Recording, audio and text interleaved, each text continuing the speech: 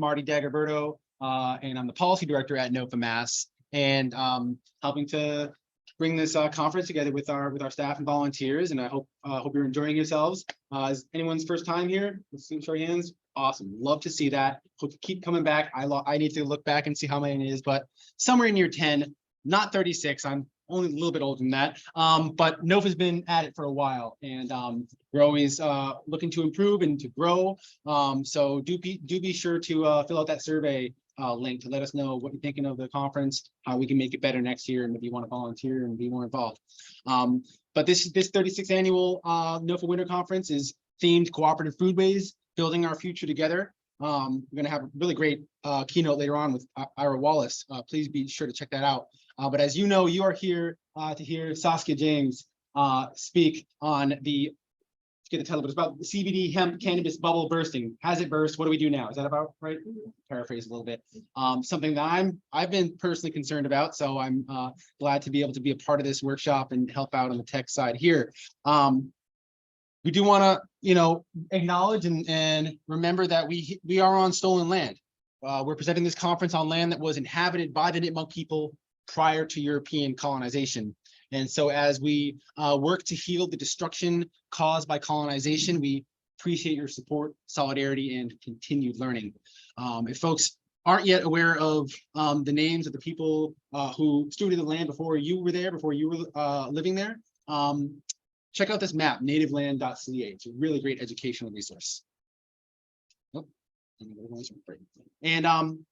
here at NOFA Mass, we really want to hold up the need to address racial equity in the food system. And we recognize that our agricultural system is built on stolen land with stolen labor.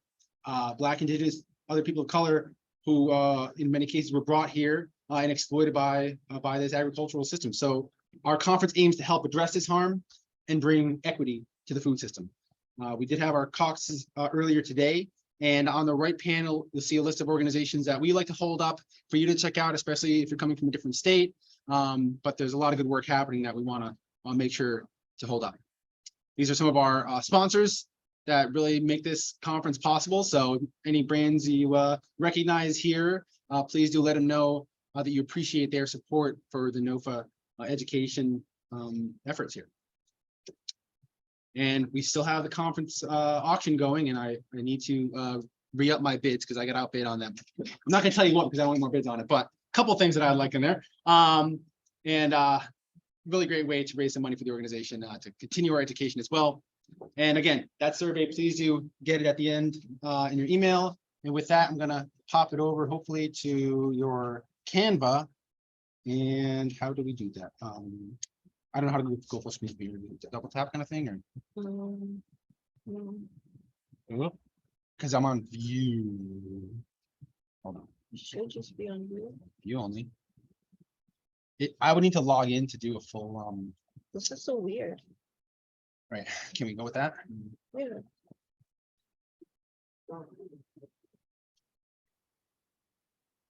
Oh, No. I can't do it. It's on this. Oh, you're right. That would be it. Okay.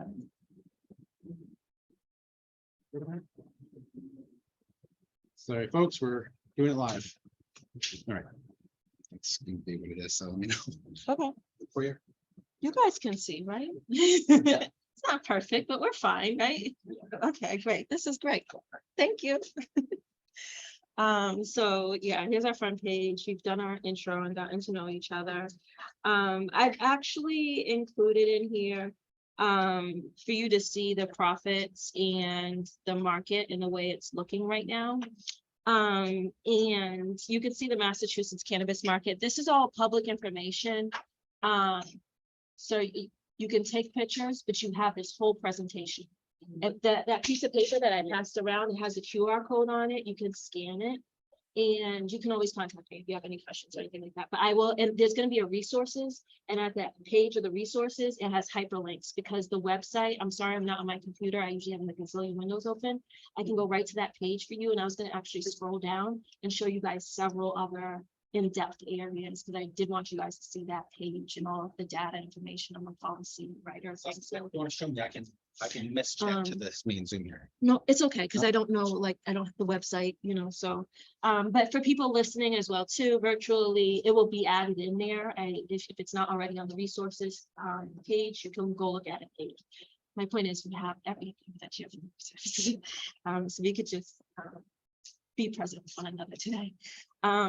So here you can see how it appears that prices are actually climbing, but really in Massachusetts, profits have been dropping recently. We as consumers know, I mean, look at eggs right now. You see what I'm saying? Like, priorities. People are out here. I got 3 for 10. I got 3 for 5. I got 3 for 5 now. Like, now people are out here selling eggs right now. Okay, so people looking at dimes and a quart. Like no people ounce, like, for what, and the prices at the dispensaries are really hurting consumers.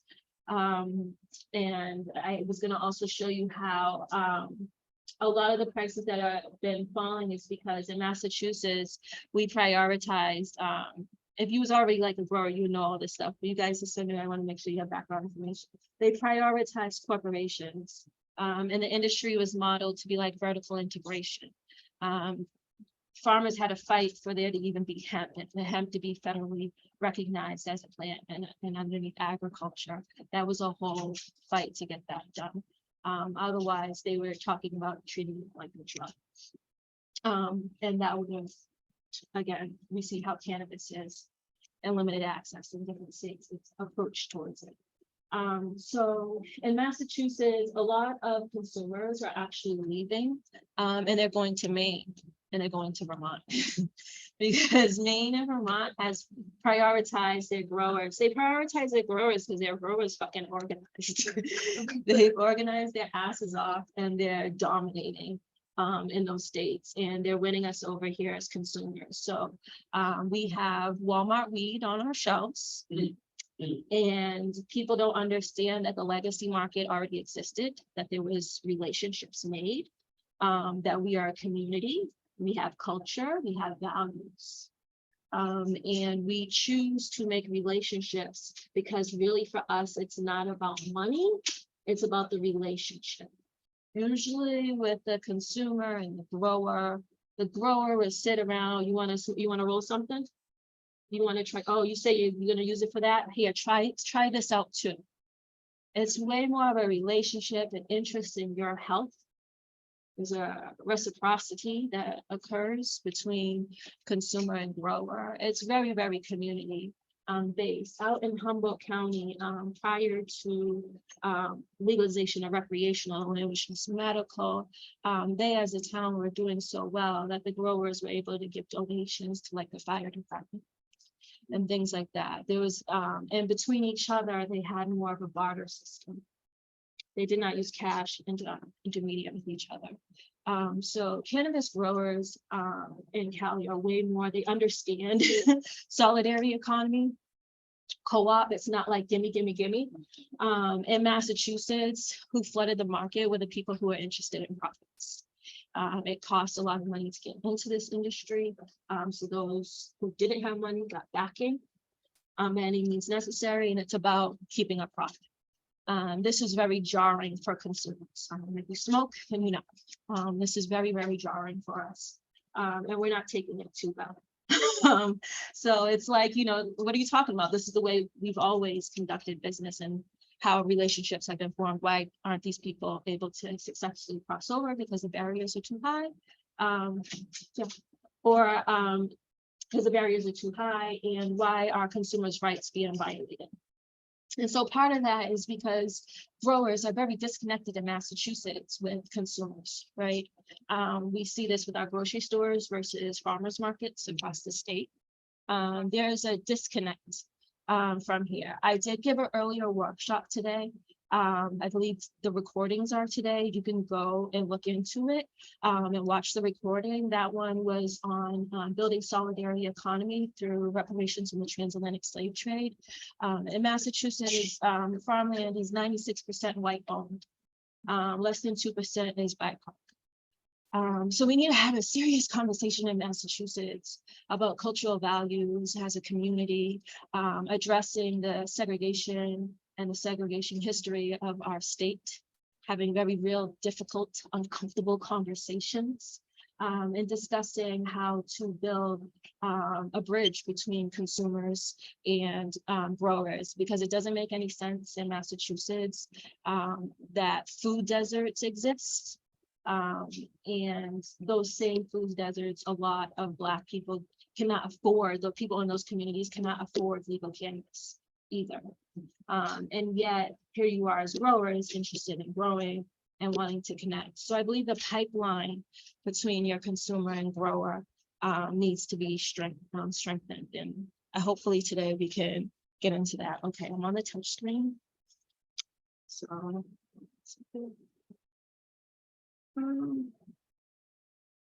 okay.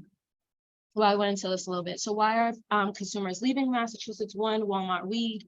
Across the state, that's what we actually call it. Across the state, a lot of people, a lot of the businesses are like cultivation indoors. They are not growing the plant till its full size and potential. And just like you, the plant is not being treated as a human breathing living organism. And so if you were your whole life to be kept indoors, if you were in prison and you were to be kept indoors and you were not allocated 1 hour of sunlight per day, what would happen to you? How is your genetic expression going to be?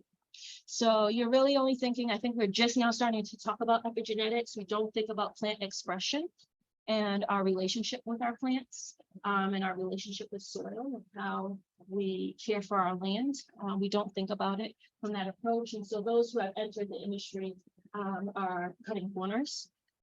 There's articles and news every day about, well, not every day, being dramatic, but frequently. I mean, it was just like a week or two ago, there was another headline about the quality of cannabis and how all of them are being affected, and how all of this is being on the shelves. And it was just, you know, another one. Yeah, and then state testing requirements and not catching the mold in the cannabis. So consumers all the time are complaining about it, like publicly on our social media, they're complaining about it. Somebody just complained about it the other day, and I was just like, oh God. So it's a frequent complaint about the quality in here. So why not go where it's great? You're not dealing with all of that for the price, especially. The cultural disconnect. Dispensaries feel like an Apple store. The profits for people. Where are the growers markets? So for us, like, we want to see growers markets like farmers market. I mean, that's the ultimate thing, is that we should be able to and let cannabis be that tool to connect people, because you can be having that right next to your tomatoes. So this needs to be more natural, more relationship building, I believe. And racism. We have to understand that there is imbalance of power that is systemic, historical, and we need to really take the time to repair harm with one another here in Massachusetts. There has been protests going on across the country, you know, and we really need to think about how, if people have been harmed systemically, and how people are invested in this industry. Since we've legalized cannabis, racial disparities for cannabis arrest have increased up to 116 times higher for Black people versus white people in Massachusetts. So legalization doesn't mean that there's fair treatment. I'm talking about consumer rights. We should be treated the same as everybody else. If I want to buy for you, why do I have to worry about somebody tracking me, sitting 3 streets down, waiting to see who's coming out of your... So you have to care about consumer rights. It's fucking up your money. Being anti-racist is a wealthy thing. You know, the Black community, everything we touch, I see it all. I'm like, oh my fucking God, every time we touch something, it's a blessing. We are a blessing. It is our, call it a curse. It just happens. Music we touch and it blooms. We created multiple genres in this country, practically every single one of music. You know, so think about us in our relationship with this plant, and relationship with the land. So I think there could be a wonderful blooming of relationships, but we need to, address the racism, the elephant in the room. Abusive consumer rights. You might read this one out, read them all, but HIPAA violations is going on, you guys. Cannabis is not yet federally legal. Medical patients have to get a medical card. This access is being held by This access is being held by, oh, that is cool. This access is being held by private corporations. A lot of these corporations I just posted, yeah, exactly. A lot of these corporations I just posted on our social media. Curaleaf is actually backed by Russian oligarchs connected with Trump. So you should know where your money is going. If you think all of this is just, we just share the news, it's on the news. It may not be on your main street, but we're posting it on social media to help make you guys aware as growers that you should really care about the safety of our community and where consumers are being forced towards. And how is that affecting us here as a society, as local communities. Yeah, we still can't directly connect with you guys and purchase directly from you guys with cannabis. So this is just like, there's nothing else that you can't directly purchase from. Why can't we do a direct purchase? Why does it have to be a middleman here? Growers, you need to advocate more for your rights in the state. And we'll do some testimony so that you can see that. And then the lack of support towards public education. My goodness, you guys, like, you are phenomenal advocates. You have so much knowledge. You really just have to get out there and put the information out there and not you're busy growing. That's not your thing. Invest. It is an investment. Invest into your consumer. Let them appreciate you. You know all of this. You do all of this across all of the land. The ignorance of the consumer impoverishes the grower. They cannot appreciate that the art that you are making because they don't know that it is just an item on a shelf. That is what capitalism has reduced what you're producing to. So you really have to educate the consumer and be like, no, this is a piece of art. Take a step back and really let me explain to you. And I think the better a grower can do that in a multitude of ways, because consumers absorb information in a multitude of ways, that will increase the relationship between you and the consumer. So abusive consumer rights, that is something that you definitely want to invest in. And so, yeah, where are Massachusetts consumers growing? They are going to Vermont and Maine. Vermont right now is kicking ass. They have the Vermont Growers Association. The president, Greg, is amazing. I've spoken with him. They are doing phenomenal things. I actually advocate for you guys actually to organize, like we're gonna have a state of health virtual town hall later this month. I hope you guys will attend so that we can actually go in depth. And I actually, part of the solutions is going to be for us to connect directly with Greg. And for you guys to start doing a policy comparison on growers' rights between Massachusetts and Vermont. And for you guys to understand, like I actually teach all this to help you guys understand why they're winning and why we're going there and what language and policy and regulations is assisting that and what licenses they're using. And then, yeah, Maine recreational has doubled while we're declining recently here. Massachusetts, and I'm sorry I didn't pull up that article that Massachusetts, that headline is declining, but yeah, that's more recent that we are declining now. But we knew it was a bubble. Those of us who have been looking saw how it was artificially inflated, and we were talking with consumers and seeing like no, and then also watching the cost of living in capital. So we're just like, something's gonna have to give, and it's gonna harm the medical patients, the most people who actually need it, and recreational, because a lot of recreational are not educated, so they don't realize that it is also medical for them as well. So a lot of consumers will be harmed through this. So I want you to listen to, this is Daniel Hendricks of Hendricks Farms out in Humboldt County. Amazing guy. So all of my speakers that I have today, there's very few farmers in the industry, honestly, that I fuck with. There's a lot of racism in this industry. I'm a very down-to-earth person. I just don't have time for this. Life is too short. I just, no, you know. Daniel's one of the people I've like formed a relationship with, and he is actually the first farmer where I was like talking to him about, you know, here in Massachusetts and the issues as consumers that we're facing and why growers aren't getting it, and how frustrating was it, you know, when he was one of the first people to say, you know, Saskia, growing is a human right. It's a human right. Every human has the right to grow, and we should be sharing and celebrating growing as a community. Humboldt got it, and look what happened out in Humboldt. So I want you to hear, is everything okay? I'm gonna make sure we might have to reshare, but. Okay.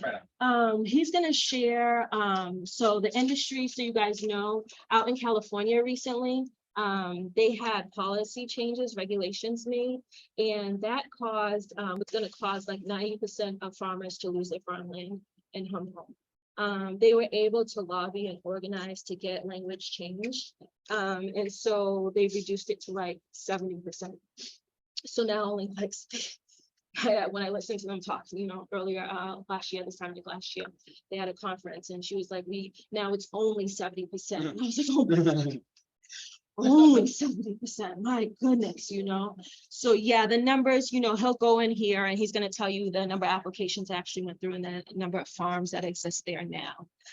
So you to understand the corporate takeover and how serious and aggressive this is. And for those that are just interested, I guess what you can see is 4 sites, because they're not going to be done with cannabis after they're done with growers of cannabis. They're coming from all the different. So I think we need to really pay attention to what is happening in the cannabis industry and to growers in there and see. Can we? Right, it's on here. Okay. Go. Okay. I'm Daniel. I'm the co-founder and CEO of Hendricks Farm. We're a commercial nursery making plants for commercial farms and home growers across California. So we are from Humboldt County. I was born and raised here, born in my backyard to 2 Cal Poly Humboldt State graduates, undergraduates, and I think cannabis has just been around me since I was a freshman in high school in 1996 when the Compassionate Care Act passed. So I've been through all stages of the cannabis industry, and I'm here to try to make any kind of advice I can possible to small farms that are looking to collaborate and cooperate to try to combat big box cannabis. Hendricks Farm was founded in 2015 as a collective under like the defense era of 215. We transitioned, became a legal business with a nursery license in 2017, kind of early on, I think, in California. There was about 3,000 of us that made it through the licensing process in Humboldt County, and I think only about 300 or 400 remain now. So the scale of cannabis is a lot, and those of us who are survived are really thankful. The way we've survived, our company, is we've been a nursery, so we make plants for commercial farms. We take things first at the breeding level, which is from seed, so we create different cannabinoid combinations. We do phenotype discovery, so we select, you know, elite clones from that population, and then we replicate that singular clone for commercial farms and for home growers. We also take what's endemic to Humboldt County and small farms and scale that to make that a commodity like blueberry muffin, which people probably know in a lot of different regions these days. So yeah, it's been really uniquely difficult to be a cannabis business because there's a lot of obstacles, taxes, local regulations. There's not a lot of margin in it. It's something that you want to do because you're passionate about it. And I think that everybody in Humboldt County that survived and is still doing it right now has had laser focus, a lot of good luck, and has been a really good cooperative networker, because there's a lot of big companies out there that accumulate to a lot of square footage, and that small farms together really can help drive the narrative of how important it is to select sustainable cannabis grown with like the highest cannabinoid expressions. Go. Being in the nursery position, we talk to a lot of farms, both big and small, the biggest in the world and the smallest in the world. We're busy 24/7 trying to make this work. Phone's ringing right now. This is normal cannabis business. You better be able to learn how to text and answer the phone at the same time. So the place that we're in now, I give a lot of people the advice to dig in and just hold on to your land. There's like a lot happening, and land, they're not making any more of it. You know, we see things like the pressure that the pandemic created on local farms and local agriculture, trying to make that network and food move around. What people have built in the cannabis industry, small farms, is a small village, sustainable, that can sustain several lives. And I want people to just dig in and do anything you can not to lose that land. Whatever that means. It might mean creating a position where your crop goes fallow, and you have to focus on other avenues to get revenue to keep your land. You can also be really creative. I've learned a lot from Mika of Goddess Organics. You saw her video probably. She always is networking and trading, and I love that idea of like, hey, my neighbor's got an excavator and I know compliance work. I will do this grant application for you if you will come to my property and move logs around after a winter fall.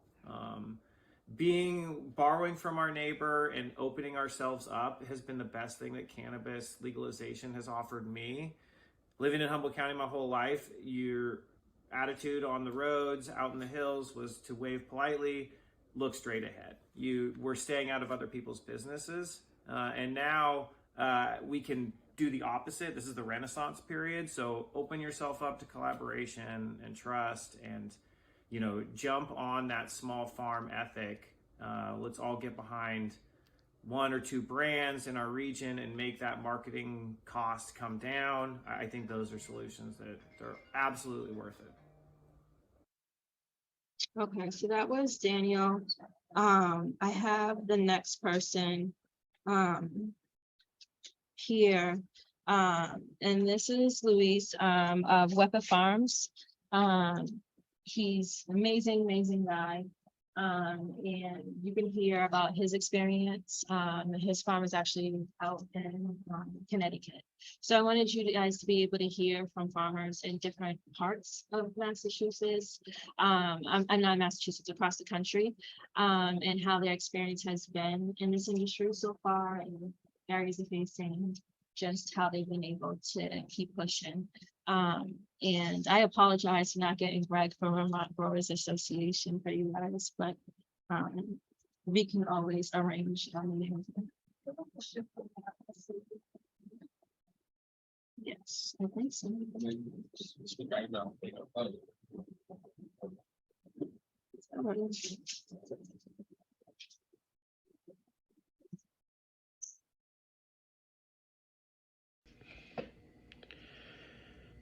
Hello all, my name is Luis Vega. I am a farmer. We currently grow industrial hemp as well as CBD hemp as our main crops. We use cattle and chickens for meat to help subsidize, as well as we have a farm stand. That's our immediate background. For a long time, I've also been a cannabis activist and moving into the adult use cannabis space as well. I get my farming heritage from my grandparents and great-grandparents back in Puerto Rico. I'm Puerto Rican by descent. I'm very excited about this current project, and thank you so much. I want to acknowledge that allows the team there, and thank you so much for contacting me and understanding we live a very unorthodox life, and it takes time and technology to get everything through. But my name is Luis Vega. I'm the CEO and owner of Wepa Farms. We're currently a hemp farm, as I said, producing about 100 acres of hemp a year, then processing it out and providing it wholesale for our clients and other individuals. Agricultural farming as a Latino in the United States is one of the hardest things you could really imagine, just social, economic, and politically.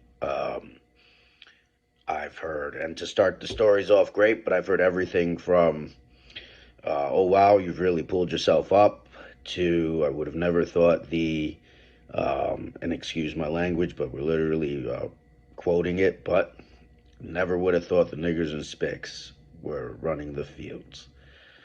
I've been called everything from Pablo to Jesus without ever being asked my name, which is interesting because my family is generational farmers back in our island. Never happened back there. But when you come to the United States, most farmland is owned by generational families that doesn't really open up land very much. And when we moved down here, I worked a regular corporate job. I pushed things forward and I said, you know what, I'm going to move back into what my family did and go back into farming. It was one of the hardest decisions, but easiest decisions that I ever made. First thing was going in and deciding to actually rent some farmland. It cost me twice as much as everybody else, and I got turned down by 100 people before one person said yes. The one individual that said yes was because I paid him a lot of money. And that was really hard the first go around. I blew most of my initial startup fund on just acquiring land. So here's a tidbit for those individuals looking to acquire farmland. The U.S. Department of Agriculture has some great grants and funding and ways that you can become a farmer on a small piece of land as a beginning farmer with no experience or without a crop or anything. So make sure to look those up. Next was deciding what you want to do, what you're looking to do as a crop, what you're looking to do as to grow. Will you be a flower farmer? Will you be a meat farmer? Will you be an agricultural growth farmer? Or if you're looking to move into the cannabis space and use farming to subsidize your cannabis. A lot of times now we're faced with the idea that our cannabis doesn't come from somebody you know. I'm really looking forward to be able to say that there's ways for farmer cooperatives to come together and move things forward. And if there's not, you make sure to fight for those rights.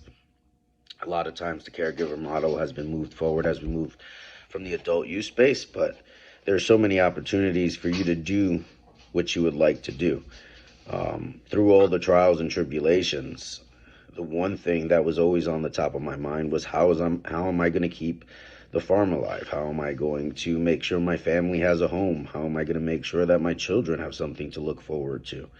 We've taken the idea of agriculture, applied it to cannabis and hemp, and now we do that full time. It is one of the hardest things that you could ever imagine. You're up more times worrying about how the bills are going to get paid than anything else. The glitz and glam of farm life is fun, but please remember you are getting up to feed things, you are getting up to tend things, and nothing ever stops. Not very many vacations in it. I don't know if I'm supposed to be trying to encourage you or break you back from it, but one of the hardest things moving forward in this space is that it is predominantly run by generational families that have been in the New England space for a very long time, that don't have the want or will to necessarily share their land, but at the same time they're starting to get to the age where they don't know what they're going to do next.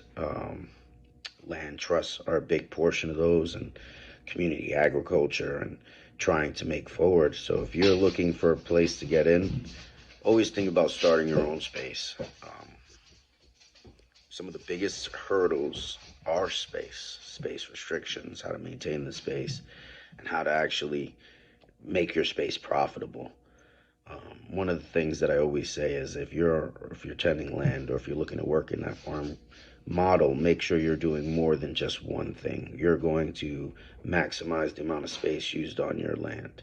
The biggest portion of that is if you know that you don't monocrop it. Don't just go in with an idea of one crop. It's something that you have to have sustainable growth through the entire location. One example would be we have chickens and cow, and we have pig at sometimes, and sometimes lamb. We actually have a huge compost area that we're able to compost all of our needs. After hemp, we actually burn it down and make our biochar. The corn that we harvest, we take the mash, and we after it comes back from the silos, we actually take and compost that all down. So you have to find ways to use what you have on your land and move it forward. We use all the manure from all the animals. We compost it, and then after a year, we're actually able to throw it back into our fields to revitalize our soil. Um, Crop planting is a huge part of it, and getting to know your neighbors, getting to know the individuals around you. The biggest success come from your network, or networking. One of the biggest things that I hear all the time is your biggest sale is going to come from somebody you haven't met yet.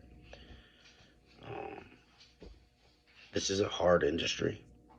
They call us hard people for a reason. We know the lay of our land, and we work every day, calluses on our hands. We don't get the nice manicures and pedicures and things like that as most other people get to do, and we don't get to say that we're wealthy in numbers. But I believe that we're wealthy in soul, in all honesty.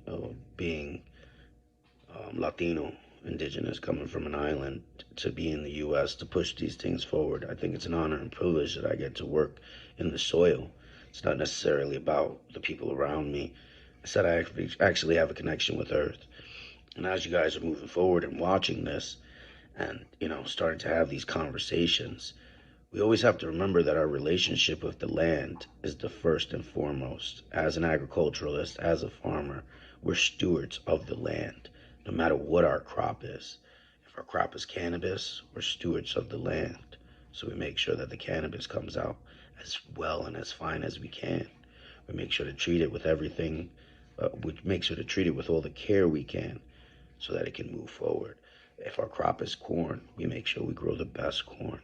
If our crop is chicken, we make sure we have the best eggs. It's about putting the love into what you do. When you don't have the love, you won't succeed. It's the emotion that you pass forward. And I really look forward to hearing from everybody. Once again, my name is Luis Vega. I am the CEO and farmer of Wepa Hemp Farms, as well as the CEO and grower for Nautilus Botanicals, cultivation manager, director, whatever you call it in the actual industrial world. But I'm very excited to connect myself with you guys. If you need us, find us. Our website is wepafarms.com. You can find us on the interweb social networks as Wepa Hemp Farms, and I'm Farmer Lou on all your social media platforms. Thank you so much once again for the opportunity to speak to you guys, and I'm really excited about hearing everything that happens. Thank you. If you have any words or questions or anything, please reach out anytime. Have a great day. So Luis got me his video today, this morning. So that, I mean, it was like 10 o'clock at night, and I sent him a text, and I was just like, hello, and he was like, I'm just getting out of the office. I mean, the day that it takes that they have, this isn't like just a couple of times. It's actually, like Daniel said, it's very normal. It's a very, very intensive industry, and you have to aggressively fight for your consumer. So right now in Massachusetts, we're getting our ass kicked as growers. We're getting their asses kicked, and it's affecting us as consumers. So as you can see, Luis, we really do want to increase relationship. When one state successfully is able to put growers' rights first and strengthen consumers, it helps the states around, because they look at policies, networks. So you're growing here. Do not think about borders. I encourage you, as Luis had said, talk with your neighbors, networking. Think of neighbors expansive around your immediate sense. Think of relationship building like right here amongst each other. Making sure that you walk away, challenge yourself. Let me get at least 10 people's contact numbers today.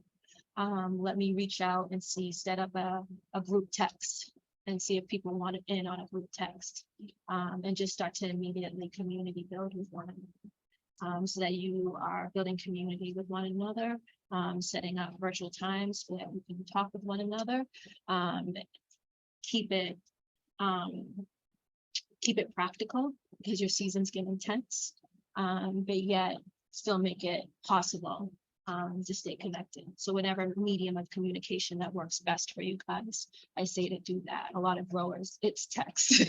That's the best way to stay in contact. So I encourage you guys to do something like that. I had another grower for you guys, Mika Cook. How much time do you have? You got plenty of time. We're going till 4:30. I'm going till 4:30. No, 4. Four.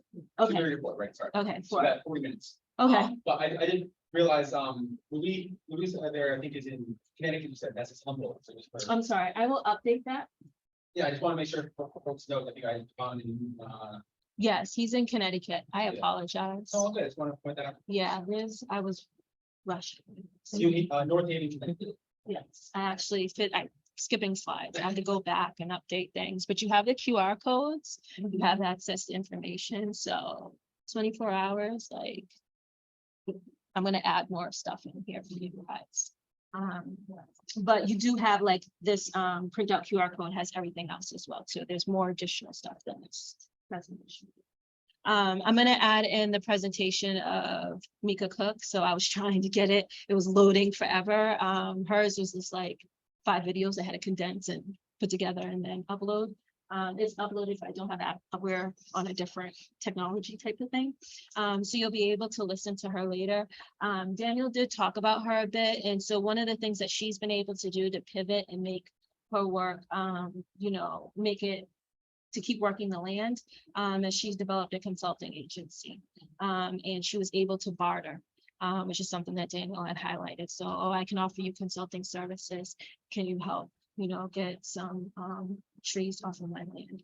Or something like that. So not thinking about a transaction with cash as the middle, but actually helping one another because all of these things have to get done anyways.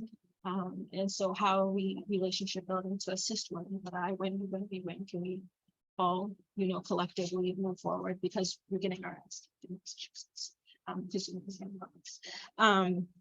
So these are some of the problems, and in Vermont, they've actually, and in Maine, they use the license of, so a lot of you guys aren't growers, they use the license in cannabis, medical caregivers license as actually the license that has been able to get a direct pipeline to consumer. For growers, it is the most affordable licenses. We have Yandi in the back of the room, who's an amazing grower. You guys are newbies here. Yandi, do you want to share anything about not to put you on the spot, you don't have to. Do you want to share any of your experiences before I go into my next slide is collective abundance. I'm going to go into solutions. But before I go into what I think could be possible solutions and everything, do you just want to share like any barriers that you have faced in this industry or your experience whatsoever? And so when it comes to areas, it's definitely at least for weeds that I would see over. So at least for weeds, definitely, this is like I have a building, it's not as easy. You want to come to the front, we're doing it better. you can come to the camera. Thanks for listening in, sorry.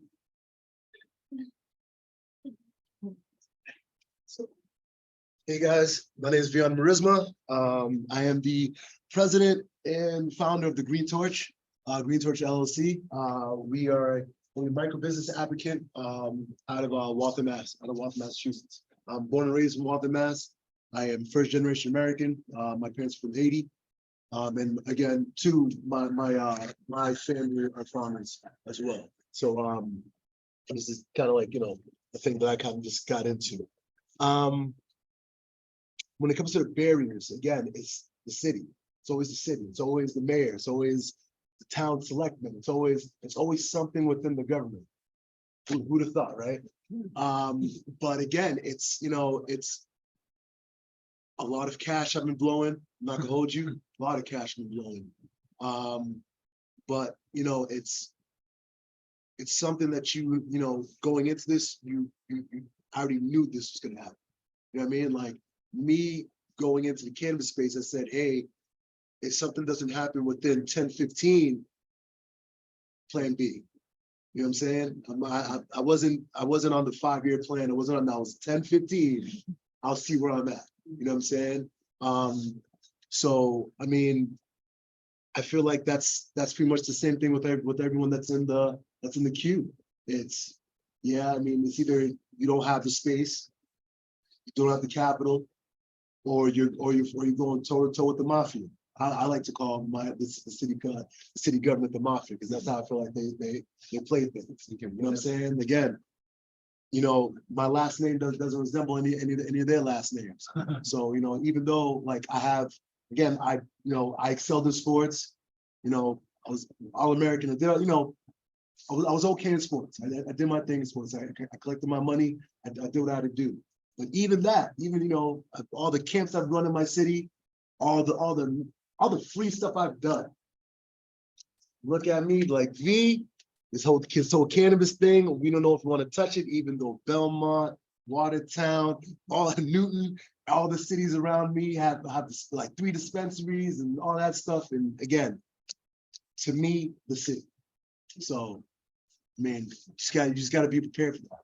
You know what I mean? I mean, I'm not saying this to discourage you, because again, like I'm not giving up. That's not in my character. But again, this is one of those things where you have to really think about it. Like, all right, how much money we have? This is how much money we can blow throughout this whole process. Is it worth it?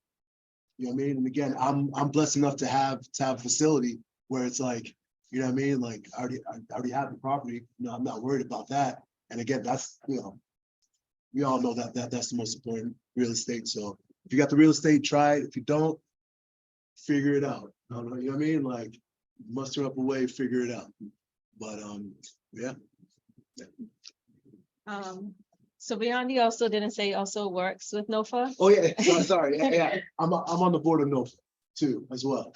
So yeah, the man Marty right here. Yeah, you know, yeah, we're holding it down. Also, I'm a natural farmer. I practice green natural farming, or just natural farming in general. So yeah, when Lewis is talking about being a student of the land, I believe that wholeheartedly. And again, just, you know, everything in, nothing out. Just a complete closed loop cycle. And if you do that, if you can cut the cost on that, everything else seems doable.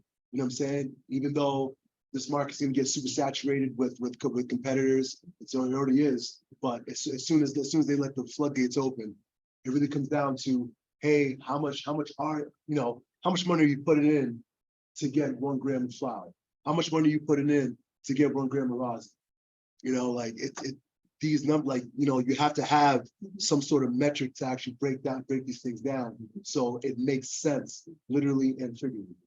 You know what I mean? So yeah, I mean, I'm upstairs at the soil health table. So if you guys want to come through, if you guys have any soil samples, I'm not good with the scope, but Reuben and John Duke, they're nasty with the scope. They can check well the life you have in your soil or any of your substrates. But again, I'm back here. You know, I'm here. You know what I mean? I'm here. Thank you. Thank you. So I think one of the things to know, and definitely visit Beyondy, is like in the cannabis industry, you don't have to cut corners to create savings. And learning soil health and ways to make your own soil, and Beyondy's pretty amazing advanced educator on that subject. I know we don't use the word expert, but an advanced educator on this subject matter. Amazing person. Advanced learner. I love that. Because nature, you're always learning. Yes, I love it. And so I think having that knowledge will really assist you. The cannabis plant is very particular in its treatment. You're not going to treat the plant in any just sort of way. So I think you should really speak and really understand that you can really, the more organic you go, the more money savings there is for you, the healthier your plant actually is. And so that hasn't been prioritized within this industry. Instead, the corporations, the Walmart weed is simply cutting corners. But who would ever just go, if you were already a grower in the legacy market, why would you take a pay cut where lead cultivators are averaging about 80K? That sounds insane. But in the industry right now, everybody seems to think that they can be Pablo. And that's just the issue. Not everybody can be Pablo, folks. That's just not the way capitalism works, okay? So there are the Pablos, and as small independent, you need to think about working together with one another and using the power of the collective. And understanding where there is disconnect. For Biondi to not actually be having direct access to the consumer, waiting for his warehouse, that hurts us as the consumers. You should make sure to walk away and to see how you can assist him to overcome that barrier, because you will be learning a lesson that's going to be facing you as well. That's how people have succeeded in this industry. Experiential learning. So you're actually learning in the moment. It's actually going to learn more when there's a difficulty in front of you. So assisting one another is success for everybody. But the people who have entered this industry is only thinking about self gains, and so it hasn't exactly working that way. You're going to be able to get Mika, access to Mika, and to hear from her in various ways. If you have a question, can I wait? Okay, cool. We're going to have the imagination exercise, and I think we still have the time. Yeah, I have 30 minutes. So let me just get into this next slide. Okay. So building community. I believe that we need to, identify the pathways to strengthen pipeline from consumer to farmer. And really, this is about building community. So for us at MRCC, we always approach solutions through this is our approach towards solution building. And so the first step is to educate, the second step is to organize, and the third one is to mobilize. And so I've broken this down to the 3 steps for you, so that way you're walking away with a toolkit essentially. If you came here to learn, that's great. If you came here to learn to actually increase the wealth and health of your life and those around you, even better. This was the workshop for you to come to. So on educate, first you need to understand the regulatory differences between Massachusetts, Vermont, and Maine. People who come into this industry know the law, they know the regulations, they understand the problems because they have to advocate for themselves. As Yanni was saying, like on a local level, Daniel was sharing as well too, like the amount of regulations and changes, for them to lose, how many was, he said like maybe 6,000 applications through, only 300 to 400 farmers are still there. You still have their farm, so that you have to really understand policy to succeed in this industry, to survive. Learn from other states, attend Vermont Growers Association meetings. I look across the country, I see who's really doing the damn thing. And then I figure out who is really helping to assist all of this. And Vermont Growers Association is the one that I recommend. You attending their meetings and bringing knowledge into Massachusetts. Knowledge is meant to be, think without borders. You guys are a community, our community doesn't exist with borders. People are learning from other countries. The fact that you're limiting yourself to this state is colonial thinking. You need to come out of these practices and just step into the fact that this is a whole community that already exists, and we welcome you. Shift from farmer mindset to grower mindset. A farmer, literally, if you ask Google, hit up the thesaurus and you see how farmer is defined. Farmer is defined as a person with privilege. A person of privilege, and that privilege being land ownership. A grower mindset. I'm a grower, you're a grower, you're a grower. You don't have to own land, and yet you still have a privilege. And how is one person's privilege being denied?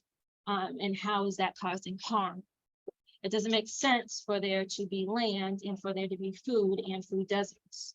It doesn't make sense for there to be land and for space to grow medicine and for people not to be able to have access to their medicine. There's a disconnect that's wrong.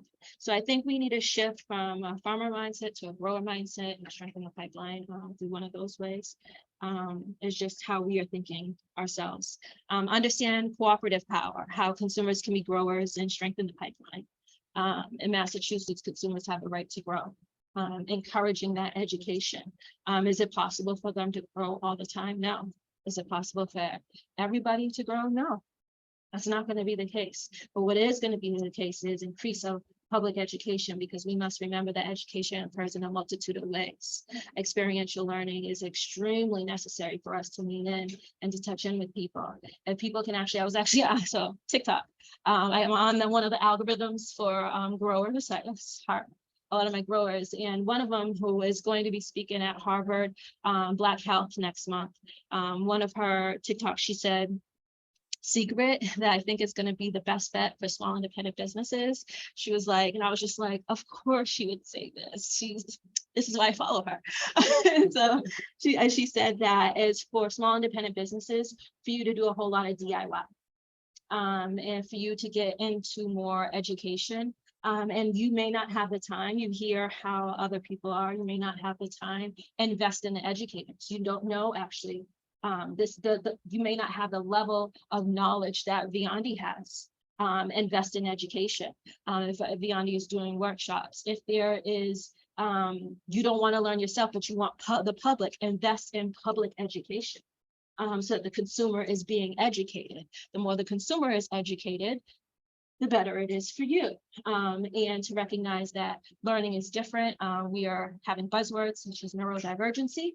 We are learning as with mental health and all the different pathways people do learn that, as it turns out, sitting down and listening is not the best for everybody. I appreciate all of your attention and being able to sit still, but a lot of people can't, and children need to learn how to grow.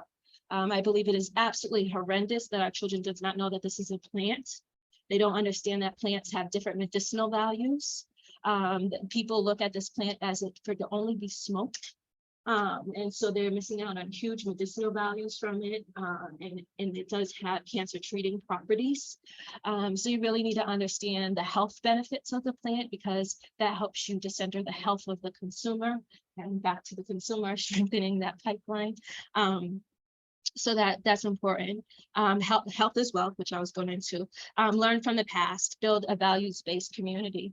So you're able to see with listening to our speakers today, you was able to hear about, how they've been able to work together, identify where they're receiving blockage, city level policies, and really building community and how that's been able to help them. Second, organize, get active, attend public advocacy meetings with Massachusetts Recreational Consumer Council. That's one option. Establish consumer health goals. Sit down with yourselves, journal. My goodness, what are the goals that you actually want to see and your consumers that you're serving? Do you dream of us? Do you know who we are? Like, is it just an object? Has this been such reduced to a transaction?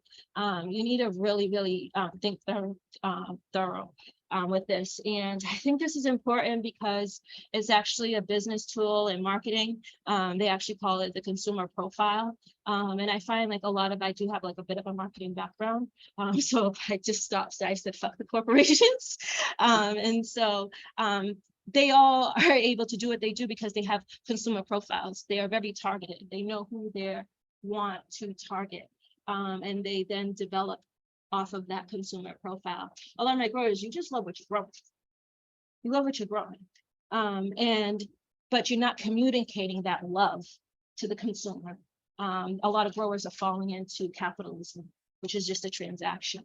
So it needs to be, a values-based community.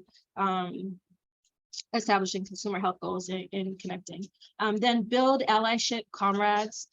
So it's good to join a growers association. There are a couple in Massachusetts. There's a Massachusetts Growers Advocacy Council via MassSense, the Northeast Sustainable Hemp Association, North Mass, get active here as well too. I think that it's going to take a combination because it's going to take a coalition. So I'm not saying to just join one, I'm saying to network and get to know everywhere, and talk to people and hear their stories, and build, because there needs to be more disruption in Massachusetts. There's not enough activity here. The direction that people have been going in hasn't been working. There's going to have to be frank conversations here, and bringing in people from states that are succeeding. To get the people who have, oh, I've been doing this advocacy, this activism for 20 years. And well, look at where the fuck is happening. Maybe we should listen to some folks over here. So we should all just be humble with one another. We're learning with one another, and a lifelong learner, advanced learner. I think that's the best attitude when being in this industry. So now, we're going to have an imagination exercise. I've actually given you guys a toolkit to do for people who are new to cannabis. A lot of us growers, we are also smokers. So this shouldn't be too much of a stretch for you guys. I really feel like, which Luis had also talked about, is that we are land stewardesses. We really need to tap deeper into culture and connecting you guys as growers with the culture of cannabis.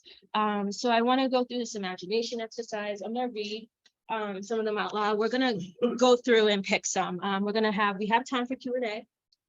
So we're going to do, Q&A in this imagination exercise together from here, okay? So if you're watching virtually, this document is inside of the documents area. So you can grab it there as well too. So the first question is, what values do you imagine to be the base when building a grower community? The second one is, if we made the mutual practice of giving and receiving, what if we made the mutual practice of giving and receiving an everyday ritual? The third one, what would it take for you to give freely without any expectation of receiving anything in return? 4, how might sharing be a reflection of your gratitude for the abundance with which you have been blessed? The next one says, how can you share what you have in a way that deepens relationships and grows community? The next one says, Black people own less than 2% of farmland versus 96% of farmland being white owned in Massachusetts. What abundance might we all experience when African-American communities are fully self-determined? The next one reads, how can we increase BIPOC participation at farmers markets? The next one, what tools do we need to strengthen the grower to consumer pipeline? So we can all, imagine, but let's think about the tools that's going to take as well too. The next one, if we repaired our relationship with the land and nurtured each other's regenerative capacity, what if we repaired our relationship with the land and nurtured each other's regenerative capacity through deep love and mutuality? We would think so much in a transaction world right now. What happens if our values is based on deep love and mutuality for one another? How is this gonna shift our industry and us as a community? What if we gave the land back to Native Americans and American freedmen? American freedmen, also known as African Americans. Did a presentation on that. You can have access to look through those sites. What relationship to the land do you desire? How will you reduce your own habits of extraction and increase your practices of regeneration? What rituals of repair might we create with the land and its other inhabitants? So I think one of the most faulty things is being a grower and just thinking about cannabis, the plant, and not thinking about climate justice. I think one of the most fucked up things for you to do is to be in the hemp industry and not thinking about environmental justice. I think that is an extreme oversight and it is extremely dumb. Seriously, it is so limited without connecting that this plant has so much more possibilities of solving solutions in our society at this moment, and to be simply thinking about it as a profit and something for sale. You're really showing yourself to be limited in understanding this plant and what it can do in relation with the earth. And so there's a disconnect with the grower. Frequently when I'm seeing this with the grower's relationship with land. So let's take a couple of minutes. If there's any question, Q&A, please ask me questions now, and then we could pick a question and start talking that way. We're more interactive here. Any questions? Toolkit, that previous slide. If folks were wanting to start from scratch, create 100 acres industrial, let's say, what are the main, talk about orchards, what are the main things that you need to organize? And what kind of campaign, what would the goal be? Like policy change, like what specific policy change, like what are the biggest barriers for people starting? Cost. You don't know what you're really stepping into. I think your first barrier is cost. And to understand, like, again, the plant is particular, prioritizing soil health, understanding that, listening to advanced learners, and really learning that it comes down to the nickel and dime, such as Luis has stressed. You really do have to pay attention. And there is no rest. So cost is not just in financial terms. It isn't cost to your time. It's a cost to your energy. It is expensive. It is expensive industry. So a lot of people don't survive. Just because you have the money doesn't mean you have the energy. Just because you have the energy doesn't mean you have the community. Like, there's many parts that you have. So I think that would be part of. What's the biggest policy barrier? The biggest policy barrier, I think, in Massachusetts is the fact that farmers, I believe your language is limited to a cooperative license in cannabis. And this was language was put in place to prevent corporate farming taking over the state of Massachusetts. So there's actually language that you have to have been like a farmer for X amount of years to apply for a cooperative license. And then you have to do that on a municipal level. And then you start to see how many licenses your city has available to give out, whether your city or town has actually banned cannabis as a municipal tracker on the state of Massachusetts. And so it starts to be like Viandi said, he has a location. It's about getting that license on the municipal level. When I testified a couple of years ago now on a state level, what did I think about, getting a host agreement, host community agreement, that's what it's called. What I think about it, I said, just stop it. Stop requesting people to go on a municipal level. Fall River was found with corruption from the mayor. There's just it's too much. It's too much, so it's hurting you guys, and you guys have to advocate for solutions. I didn't win that argument didn't fly. So they've still been able to maintain, and that's what's still occurring. So that's your biggest barrier, is getting that sort of a license on a level. I've actually been advocating for us to make amendments to medical caregivers. I believe that growers and farmers, you need to be looking at the medical caregiver license. I believe the other cultivation licenses are so cost expensive. And the building requirements for it, and if you have outdoor access, I just think you should be going to medical caregiver. And this is what is happening in the United States that are winning. So you can go for a license that already exists. Growers in Massachusetts, that's frequently what they can get. I think they can grow up to 99 plants currently in Massachusetts through the medical caregiver license. You are limited to just people with medical cards. And that is something else I think that you should be advocating to change, is that medical caregivers should be able to sell to recreational as well too. And eventually it's going to become federally legal, and all they're going to need to do is show you a prescription. So there's not going to be this medical card carrying nonsense. You don't have to carry a medical card for any goddamn thing else. This is insane. It's actually about HIPAA violations. I brought up.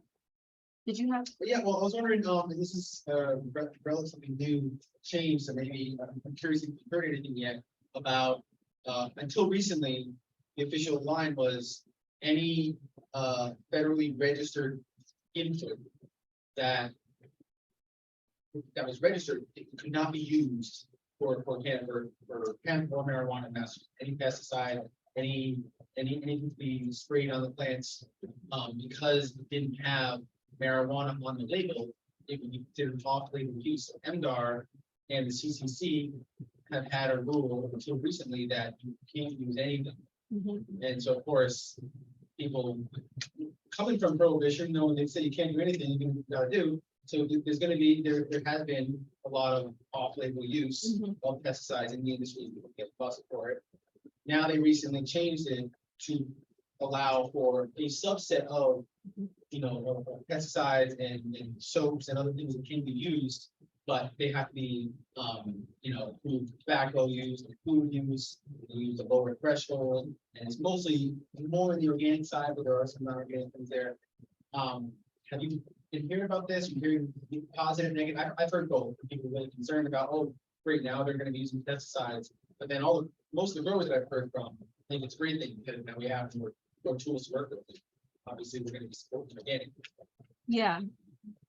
It's both sides because the ones that were okay with pesticides, it was what was which ones were allowed, because there are some organic pesticides that weren't recognized, and so that was part of the argument for pesticides, because there was organic pesticides not being recognized, and then there's other people who have a more advanced approach towards growing, and still say no pesticides, period, but they're able to till their land, they're able to take care of the land, because they have an advanced knowledge of land care practices. So I think it depends upon the level of the grower and the knowledge that they have, plant care, soil care, and where they're able to then look and say, no, I need this tool. Versus this tool isn't necessary. So I think it's both sides. I did pass in Massachusetts, like they amended it last year, I believe. Yeah, last year, I believe. An additional organic pesticide, Farm Bug, which is a co-op here in Massachusetts. They're still not up and running yet, but they'll be like, I believe, the first farmers co-op here in Massachusetts, Cannabis co-op here in Massachusetts. And they do open. They lobbied. Caring about the language and the pesticides that was counted. So, farmers, growers lobby. They show up in the middle of the day for state house meetings and they let the senators know this is what we need. If you're not prepared to do that, don't bother with this industry. I don't know one farmer that is not showing up on a state level and advocating for their rights. It's just part of the job description. If you're not doing that, you damn sure are at City Hall. And making your voice be known. So between one of the two, frequently both, and then working with each other across state lines. Because again, like Vermont has been really advancing this.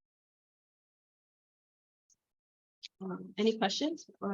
There was one in the in the queue? well, that actually I put in the other day. So Okay. if we one other question, I can Okay. say it. Well, let me preface this by saying that I have had a very close relationship with cannabis for most of my life now. And I've been growing cannabis for longer than I care to admit. And that being said, I have actually never purchased commercial cannabis in the Northeast. I've done it on the West Coast, kind of thing. I always have much more that I know to do. It's exactly what I want. Several different varieties. But one of the things that I look for, and really, I'm a bit old school. I can't really mess with the +20% THC. I like to smoke a nice long spliff, enjoy that terpene profile, and not get totally rocked. Okay. So I've been growing and selecting for lower THC and high CBD, CBX, and crossing with hemp strains, and I'm getting those really bright flavors with lower THC, and some are even like below that psychoactive threshold. I've been asking around, and it appears that there is a lack of that kind of flower in the market. And that would be my advice to someone who's trying to get in.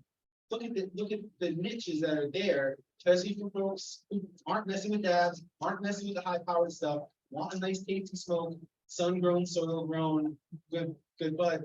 Look at some of those mixes there that Yeah, just consider that, I guess. If you've been, I'm curious, if you've been hearing that, if you're hearing about that need being addressed, or other like advice you would have, like to get past the bubble burst, to have a more established brand in the, I mean, there's so many dispensaries. I laugh when I see them pop up, I'm like, really? Really? How long is that gonna last? But again, So there is a strong consumer interest because consumers are using it for different purposes, for a more calming plant. What you're actually saying is that you've been mixing like the cannabis plant with the hemp plant and crossbreeding. So a lot in the legacy industry that they actually have, legacy growers have their own rules as growers. They have a code of conduct. One of their code of conducts is that they would not mix the cannabis with hemp. Because these are cousin plants, they've been guardians of protecting the seeds forever. The genetics expressions that you see on the seeds today, everything in cannabis is a hybrid. Everything is a hybrid. You don't have pure sativas anymore. You don't have pure indicas anymore. Everything is a hybrid. So calling something sativa or indica is foolish because so much of it has been crossbreeded. This has been intentional. There has been investments made so that landrace strains are not common anymore. This is really important to understand because we have genetic mutation occurring without going back and looking at the landrace strands and really examining this for the potential medical capacity that it has. So that needs to be further explored more. And the culture of it has been guardians of the seed, very much the legacy. That is the culture because it has been illegal as to preservation. To even get the plant into the hands of the consumer, right? The incredible risk that our growers have taken, their lives have been sacrificed to get this, into the hands of the consumer. So that's just so you're aware of that. I don't think it's necessary. It's interesting. I don't think it's necessary to crossbreed cannabis with the hemp to get a lower CBD profile. I think more of the landrace strains need to be researched into more and crossbreeding in between there and more research into gene hybrids that have been like, there's a website that actually has it like as a web, it's interactive for you to look that all of these seeds that come today come from like 10, 20 seeds across the world, and to just look at the original ones that we know of and to start there because all the strains exist off of this. And so there's this whole world of tracking, you guys, of geneticists that have been tracking their strains and actually telling you which mix and which generation. This is actually, a third generation of this strain mixed in because every generation has a different genetic expression. So the second generation, the third generation of growing this strain is different than from the fifth or sixth one. And actually maybe the first one, it took until the third one growing to get its maximum potential profile capacity. So our geneticists, this is like a whole other world. They are really into this. I'm speaking very layman's terms with you guys, but this is a whole other area. It's controversial. I think of this conversation through the consumer health profile and making sure that it's one that is medicinal and still honoring the plants. And then thinking about hemp and its impact of being crossed because hemp is also a very strong plant. So is this cross making a weaker plant, and how does this impact the land? Because hemp has amazing like water absorbing properties, thinking about climate justice production for making this plant to replacing plastic and many other containers. It makes no fucking sense in the cannabis industry that all of the containers come in plastic. Growers, we got to do better. We as consumers, we're like, what the fuck? This is not our culture. We're hippie. It's a hippie culture. Like, where's our green packaging, folks? Like, we're waiting, So these are things that we want to see. So I think there's more relationship building, but genetics is very interesting. But you can't achieve that. It is an interesting way to go. I don't know of any other growers that have been intentionally cross-mixed. It doesn't mean that they don't exist. I'm sure they are. I got there. See, okay. So I think when you know, as consumers, when you know us, you should know like there are cultural values, there are subcultures in the cannabis community, just like in bicycling community. In the bicycling community, you know, you have your speedos and the super fast bikes, and then you have like, you know, your goth bikers, you know, you have your hippie bikers, you have your I'm going to work bikers, you know. For us as consumers, we have subcultures as well too. And so, you know, you have your all of cannabis is FTP, fuck the police, because we have lost people that we have loved. So this is a culture that's heavily FTP, because we're here saving lives. So if that is a value, and having safety, like this is a community that prioritizes safety.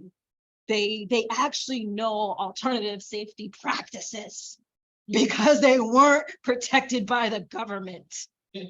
So this is the community that already practiced that is organically. I'm talking about, you know, really just understanding we're in an advanced state of police. Our police at this point are not really here to be doing everyday community protection, you know, saving the cat out the tree, or even addressing issues, you know, domestic violence, anything of that nature. They're being trained. We're entering a tour. I don't think people understand. We've transitioned from war on drugs to war on terrorism. And so there's a whole other battle going on, and we're not really identifying that and how their role is in our society. We're seeing it to be more extreme, and the responses have always been present that has systemically impacted Black and Brown communities morehand.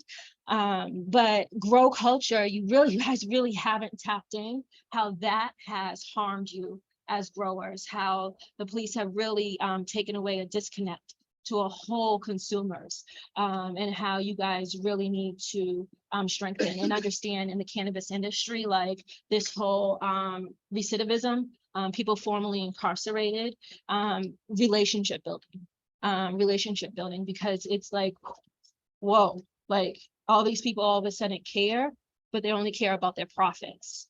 So there needs to be, and for us as consumers, we're like, we care about the grower and we care about repairing harm, because these are our people. Before there was you, it was them. Like, what's good, you know? It's family, it's friends, you know. And so that's part of the industry. At any conference you go to is part of it. Anybody that, you know, legacy grower, you have to respect them, and see what kind of knowledge that you can obtain, and give reciprocal once again. So I think that, you know, cultural values, we don't have a manifesto. I wish we did, but understanding the relationship with the grower, understanding the harm that has been occurring against this legalization of cannabis, racial disparities for cannabis arrests have increased up to 116 times higher for African Americans in Massachusetts in comparison to our white residents. So we need to think about, oh, legalization doesn't mean safety for every consumer. How is that fucking up the profits? And who gives a fuck besides the people who's actually being harmed? It's fucking up your money. It's fucking up our money. Why are we not caring about this so that we can all live in harmony? And so we have governmental interference that's causing division within our communities. So it's all interwoven. We really think about, you know, cannabis separate from environmental justice, separate from climate justice, separate from food justice. You guys as growers have so much knowledge and access and community. You really need to come together and start directly tapping into the consumer, because they're waiting. Like, there's corporations in the middleman right now. And we're too small in Massachusetts. It really doesn't make sense to me. Like, we're a state of townies. We're a state of townies. And how are we are, right? right? We're a state of townies, and like we have strong townie culture. And why with townie culture are we not celebrating like townie culture around each other? And why is there such a disconnect between us traveling and seeing one another between Western, Central, and Eastern, North Shore, South Shore? We're just not building community enough and celebrating and going around with one another. Like basics. Yes, yes, it is. Yes. And so I think, we just need to build community, be honest about how racism is hurting our bottom lines. This is part of like probably a manifesto, because we need to see each other as human beings and value each other in the plant. It is part of, I would say, the plant and the earth will be part of the manifesto. I'm gonna actually put out a question I think we're over time. Yeah. Well, I was just gonna pick a question, but we don't have time. It's okay. We're over time. we gotta get to the Yeah. annual meeting. Yeah. I'm sorry, I wasn't able to take notes. So into what you were just saying. Yeah. But well, everyone, let's give it up for Saskia again. It's for the download.